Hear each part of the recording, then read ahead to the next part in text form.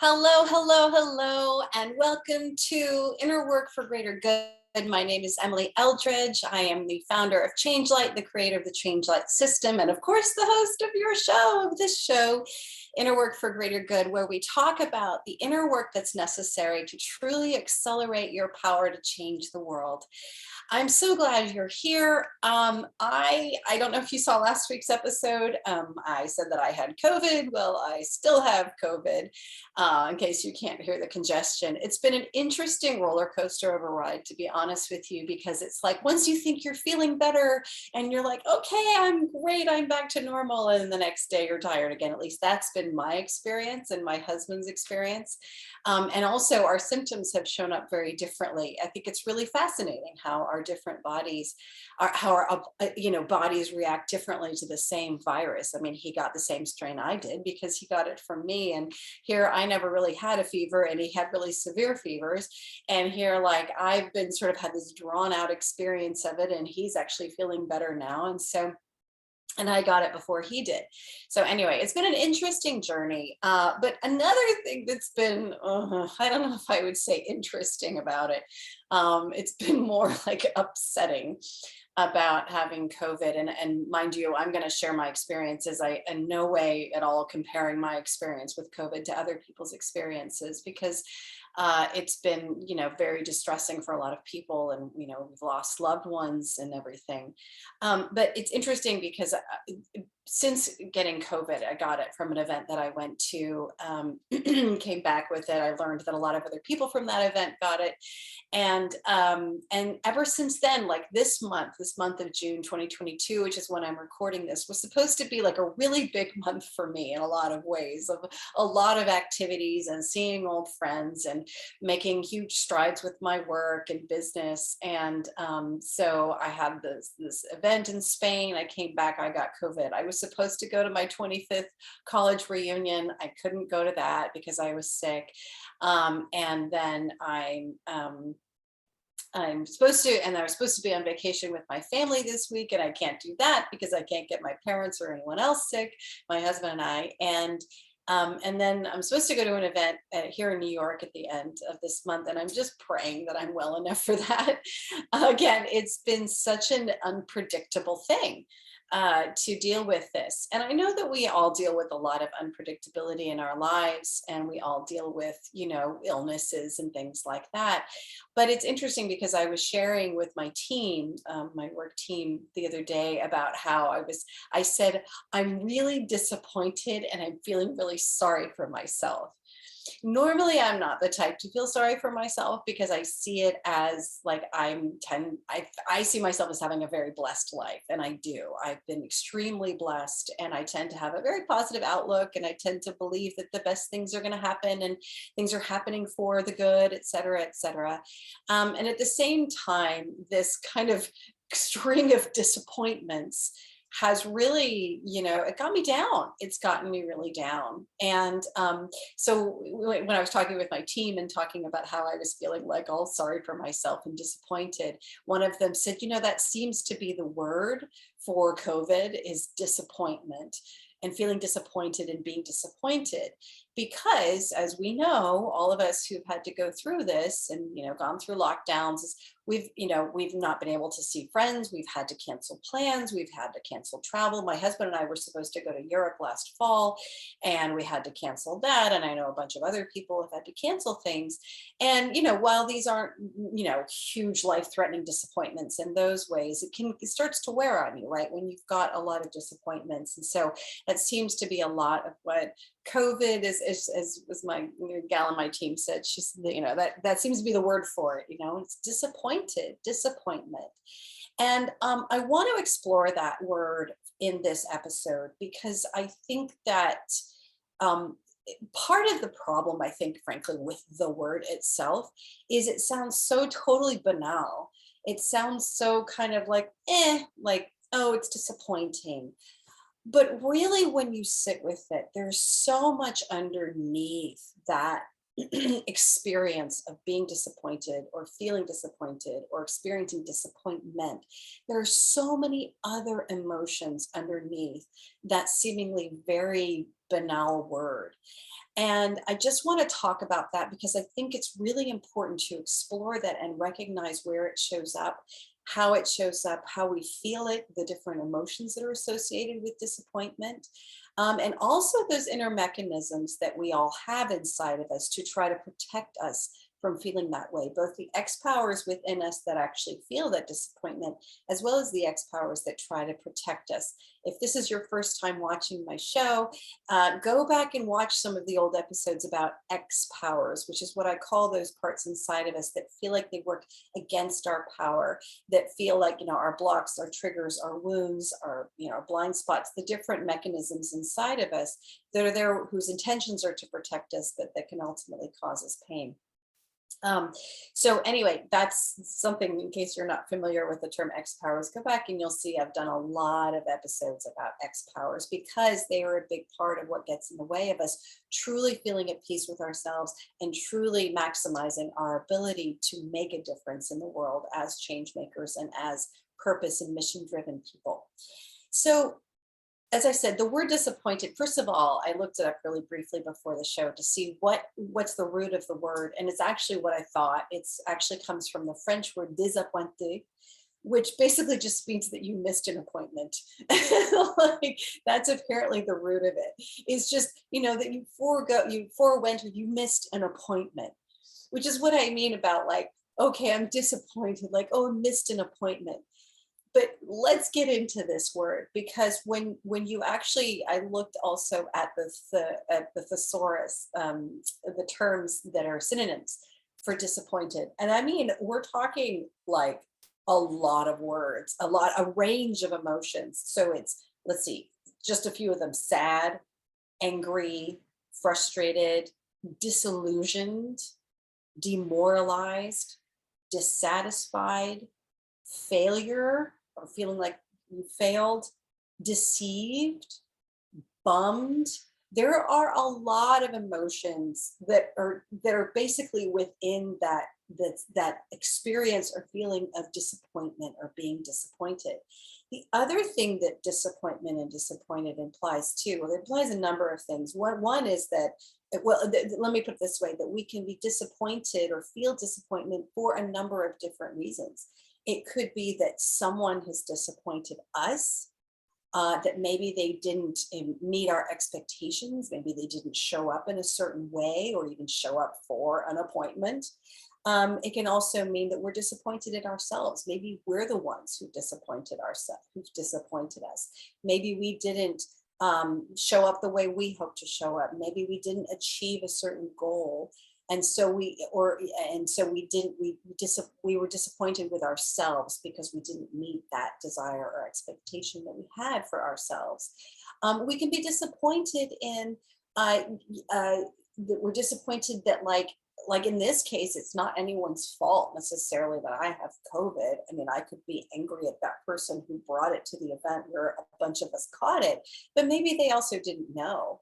But I'm disappointed because as a result of this sickness, I've had to miss these events. And I'm disappointed not because those people, those events, and they put those rules in place to say that nobody with COVID can show up, because there are very valid reasons. But the point is, it's just circumstances. It's not anyone's fault necessarily, and can't be disappointed in myself. I mean, okay, so I got sick, a lot of other people got sick, but it can just be circumstances we're disappointed. We could be disappointed because maybe the weather is bad, and we were really hoping to have certain experience today, or we wanted to go and go somewhere outside, and that our plans got derailed because of that. And so it could be just something like the weather that we feel disappointed. So the point is, there are a lot of things that can cause us to, on various levels, it can be high level of disappointment, or just sort of minor inconvenience, nuisance type thing. And it often implies, though, if we're disappointed, it implies that we had some sort of hope or expectation, some kind of desire, and that we put some kind of effort towards something, but that basically those expectations were not met. So we were disappointed. or disappointed in ourselves, or we were disappointed by the circumstances, or maybe somebody was disappointed in us. We didn't meet their expectations or their hopes for us. And so we feel that they're, disappointed in us, maybe even critical of us. And so there's a lot that's implied in just that one word. And therefore, that's why there's a whole range of emotions, as I said: sad, angry, frustrated, disillusioned, demoralized, dissatisfied. I mean, the list goes on. Just go to thesaurus.com and you'll see there's a lot in there. I want to just point out, whenever I think of disappointment or disappointed, I always hear, if you ever saw the movie A Fish Called Wanda, with starred Jamie Lee Curtis, John Cleese, Kevin Kline, Michael Palin. It's a sort of British, I guess probably American British film, back in the, oh my God, it was the 90s. It wasn't the 80s, was it? I think it was the 90s. Hilarious comedy. But there's this wonderful scene in there. This is what I always think of when I think disappointed. There's this hilarious scene where Otto, played by Kevin Kline. Now, Otto, if you haven't seen the film or if you remember the film, is not a terribly bright guy. He's a criminal and he's not the brightest bulb. He's kind of dumb, but he's also very unfiltered and he just sort of says things. And so there's this moment where he and Jamie Lee Curtis are about to make this, find this thing that they've been going after. And it's this moment where they're going to make this discovery. And they don't. They open the container and it's not there, whatever it is that they're expecting to see. And so Kevin Kline, he's hilarious. He just looks at, sees that it's not there, and he just goes, oh, and then he yells out, disappointed, like really loud, angry. And it's just, that's what I always think of, when it's just like disappointed. And it's true. That's part of the anger, part of the disappointment, that sometimes when we're disappointed, it's not about being sad or depressed, it's actually angry. And he just says it out loud. So anyway, just side note, I love that. I'll put the link to it in the description, but I just absolutely love that whole, like, just disappointed, like that's how he's feeling and he's expressing it. But again, in that disappointed, he's also very angry. And he's really pissed because of what just happened and that he didn't get what he was going for, being the criminal that he was.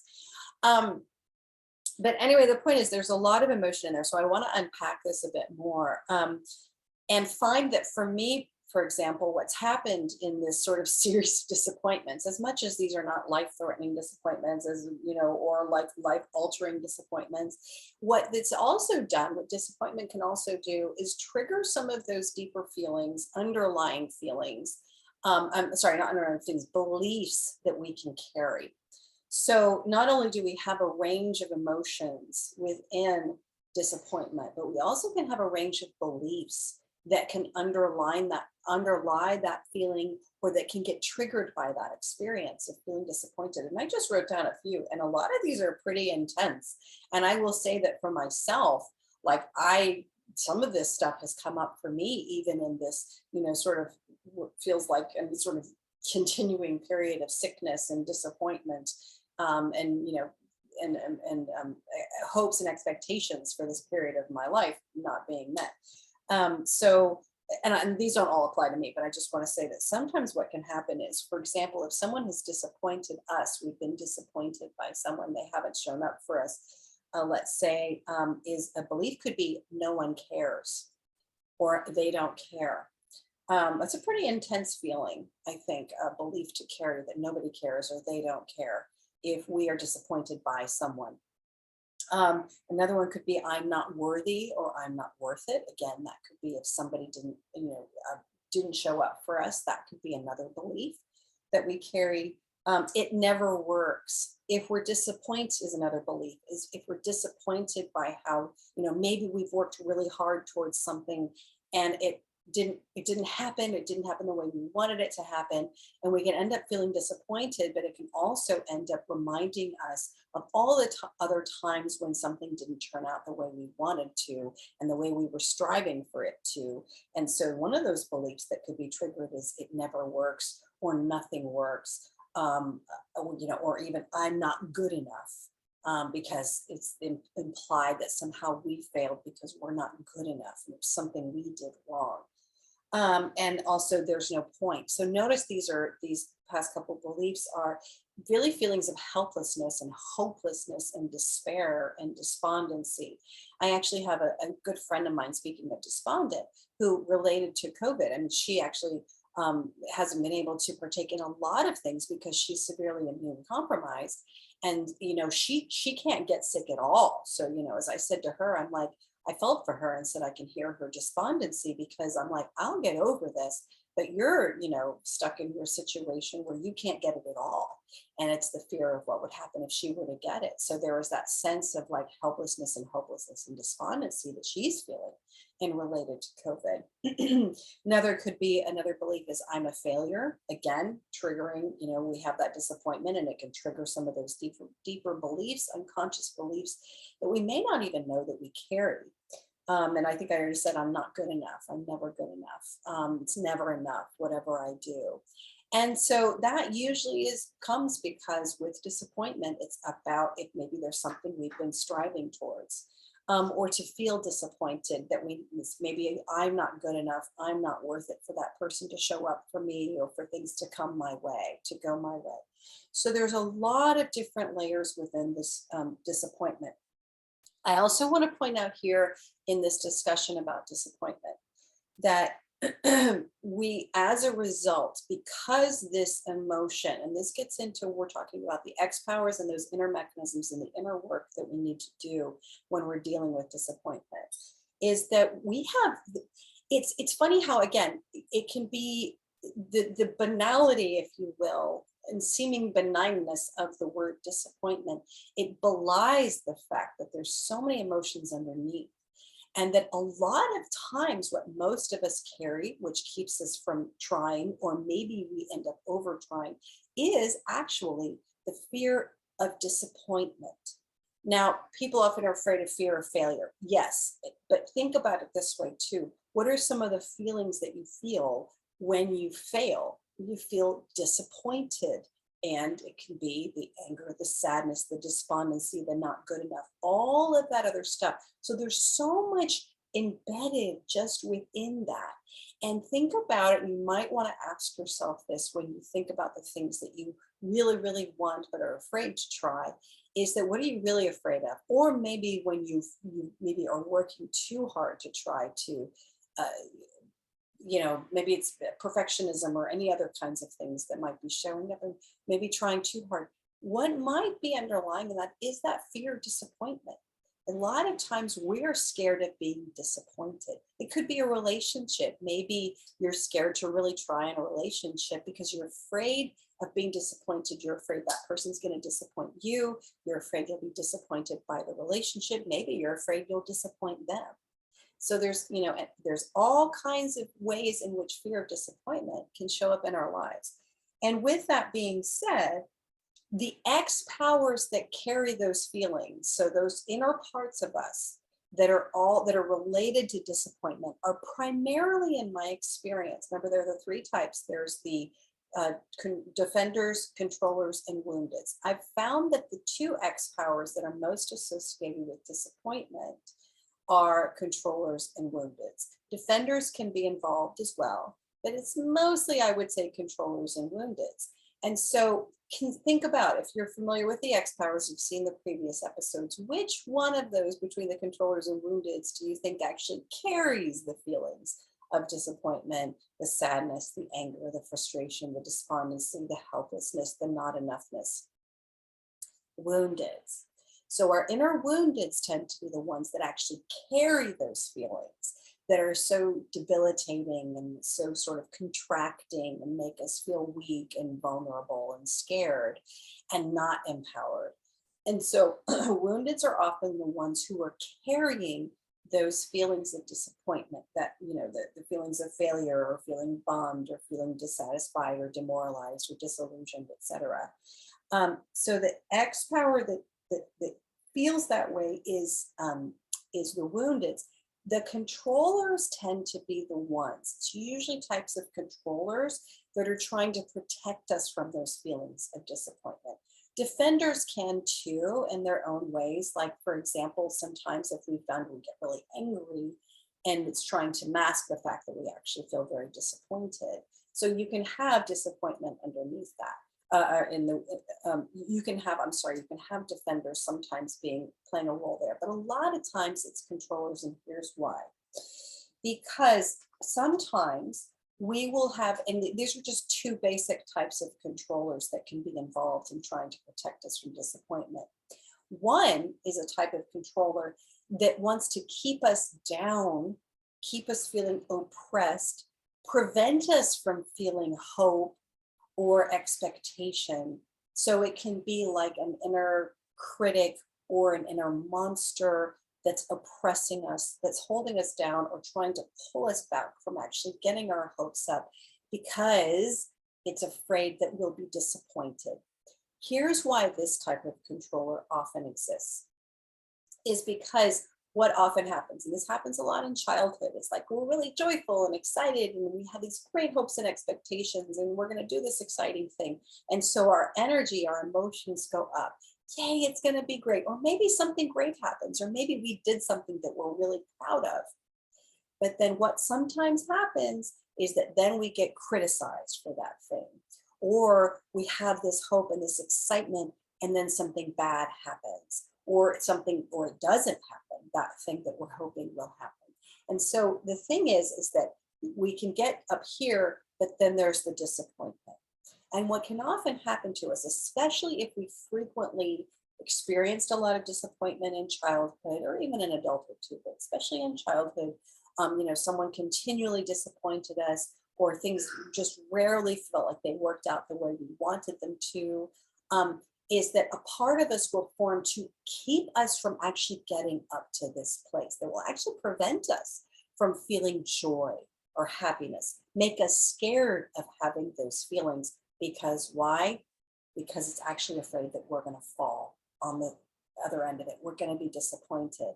And so what it's trying to do is prevent that from happening. So think about it this way. The higher you climb, the farther there is to fall. It's based on that attitude. And so that inner controller may actually want to go, no, we don't want you to get up here. So we're just going to keep you down here. But what can actually end up happening is you end up staying in a perpetually disappointed place. You perpetually expect disappointment. You expect things not to go your way, which can keep you feeling pretty down or not very joyful, not allowing yourself, or it may not allow you to get to that place because it's scared that you'll feel disappointed. So that's one type of inner X power, how it tries to deal with disappointment, is by preventing you from even getting to that high place so that you won't have that crash on the other side of that. But the problem with that, though, is that actually what it can often end up doing is making you feel constantly disappointed, or make you think that you've been disappointed when maybe you aren't. So you start to project that into situations when that's not the actual reality. But the point is, that's one type of controller. Another type of controller that can form inside of us to try to prevent us from feeling feelings of disappointment is actually the opposite. Is sometimes it can be a part that makes us feel hyper positive and hyper excited and really tries to keep us in this high place and make us, feel like everything is great and avoid. The whole point is it's trying to actually get us to, by keeping us up here and trying to keep us lifted in this really high place, it's actually trying to prevent us from feeling the actual feelings of disappointment. So, some people might even say it can be a little bit of someone's hyper Pollyanna, but no, everything's great and it's all working out and it's all wonderful. When the reality is maybe, yes, maybe things could work out well. But if it's in this anxious kind of hyper positivity, it could also be that it's just trying to prevent you from really feeling what you actually feel, which is disappointed, which is sad, which is angry, which is scared, which is despondent, which is disillusioned.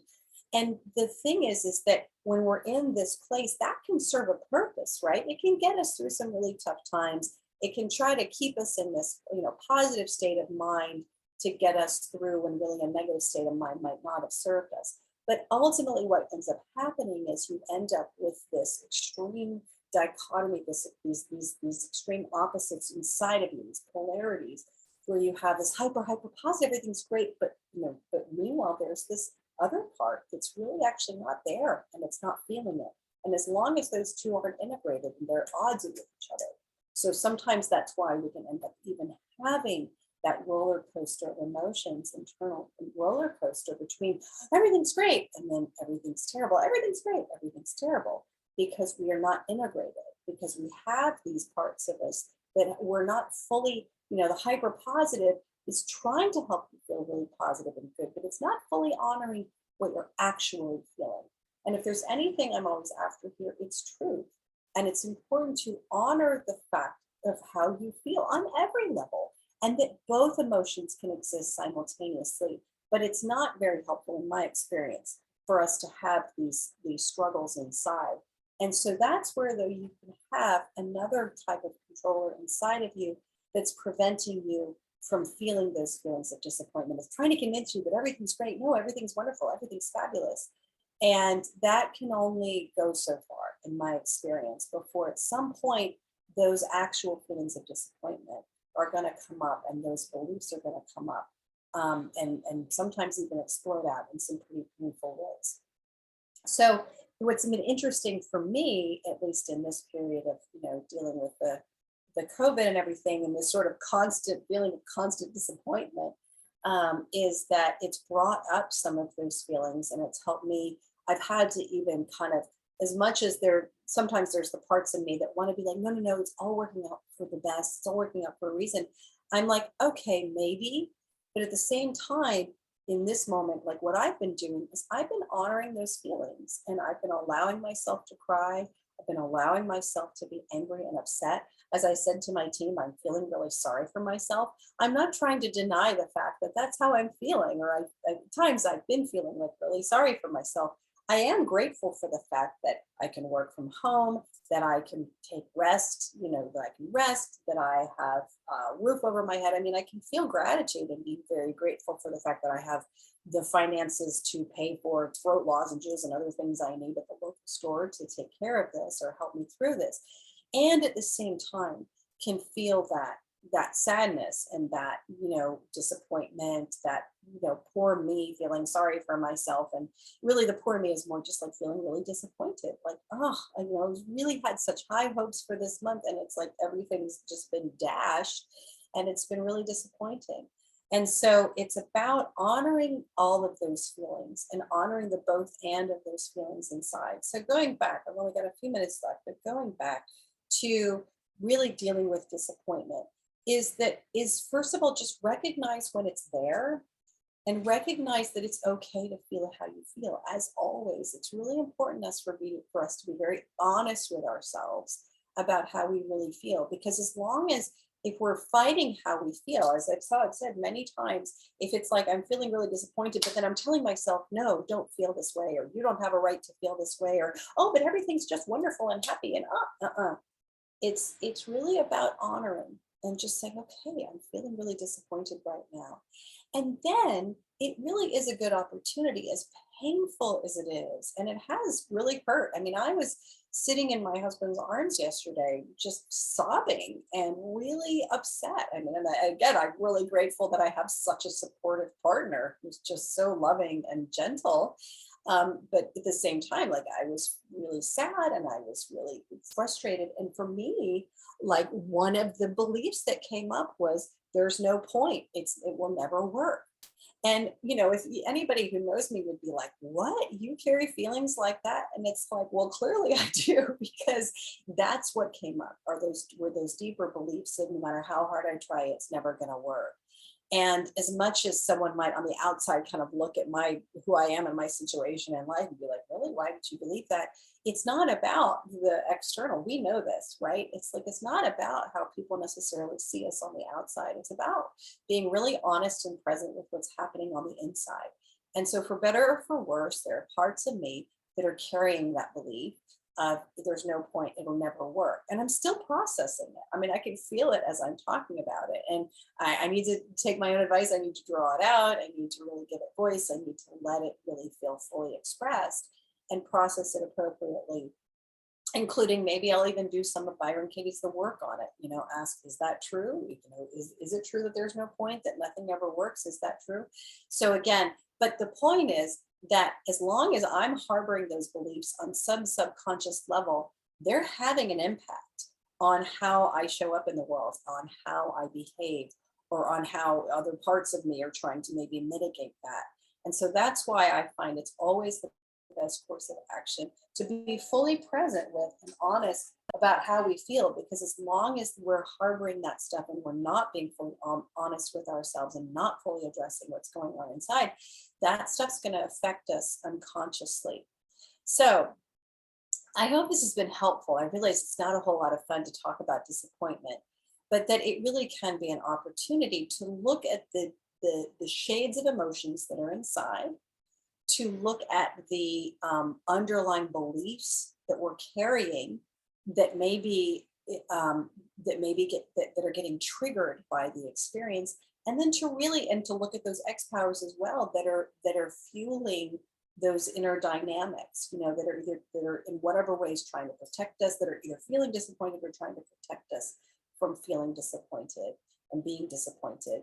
And then it's really important to just take the opportunity to, as I said, mind that, notice what's going on, and really let it come up and process it appropriately so that you can feel better and more empowered going forward.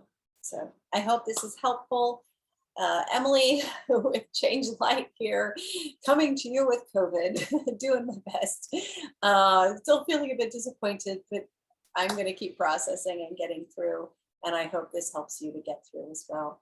All right, as always, check us out, changelight.world, where we've got a course and a community all designed for people like you who really are passionate about making a positive difference in the world. All right, love you, and I'll talk to you next week.